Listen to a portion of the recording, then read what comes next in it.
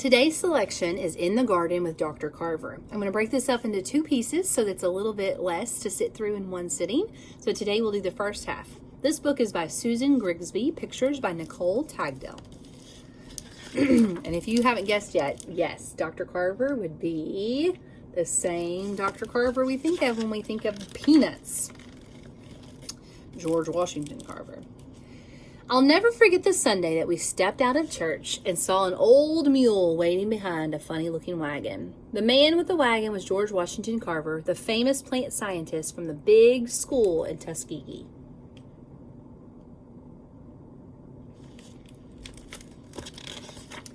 Dr. Carver called the wagon his movable school, and it was piled high with plants, tools, and seeds. The adults all gathered around, eager for advice. They had heard about the 20-pound cabbages and the onions as big as a young child's head that Dr. Carver had grown on land just like ours. He said that plants get from the soil the food that they need to make them grow.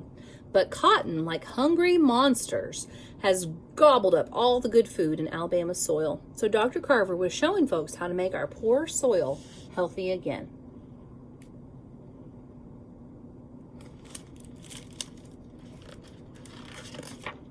He was even teaching people how to turn simple foods like peanuts and sweet potatoes into luxuries like coffee and butter and sugar. Hundreds of new products poured out of his laboratory, all made from plants that we could grow.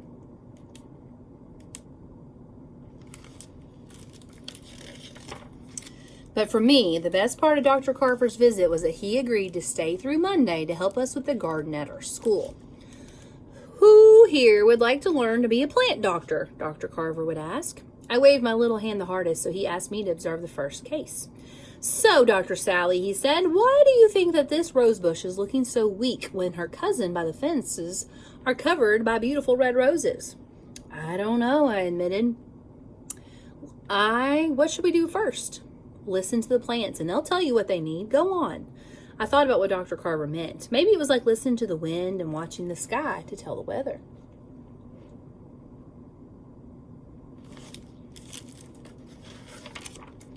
I looked over at the healthy roses basking in the bright sunlight, and then I examined my patient. Just one single rose grew on the entire bush as she sat all alone in the shade beside the shed.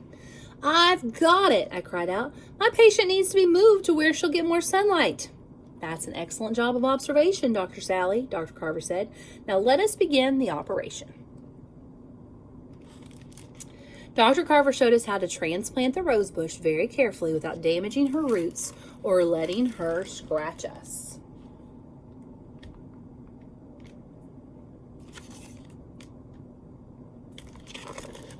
When I was a boy, said Dr. Carver, drawing and plants were two of my favorite passions. I mixed my own paints and covered stones and discarded boards with pictures of the flowers. And I was always asking big questions. I wanted to know the names of every strange stone and flower, every insect, bird, and beast that visited the garden. We wanted to know all about the gardens too. So we just all sat there quiet, watching, listening to nature, and drawing the beetles and the bees, the flowers and the fungi, worms and birds, and pretty bits of stones. I never knew our garden was such a busy place, and Dr. Carver knew the names of everything.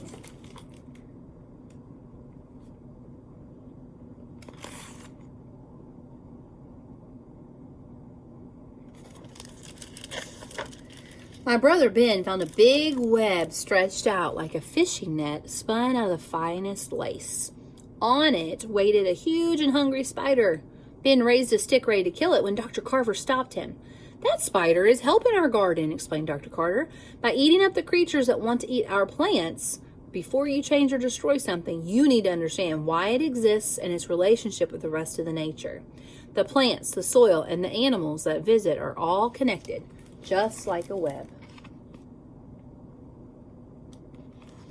I'm going to stop right there. We'll finish the rest of the story next time.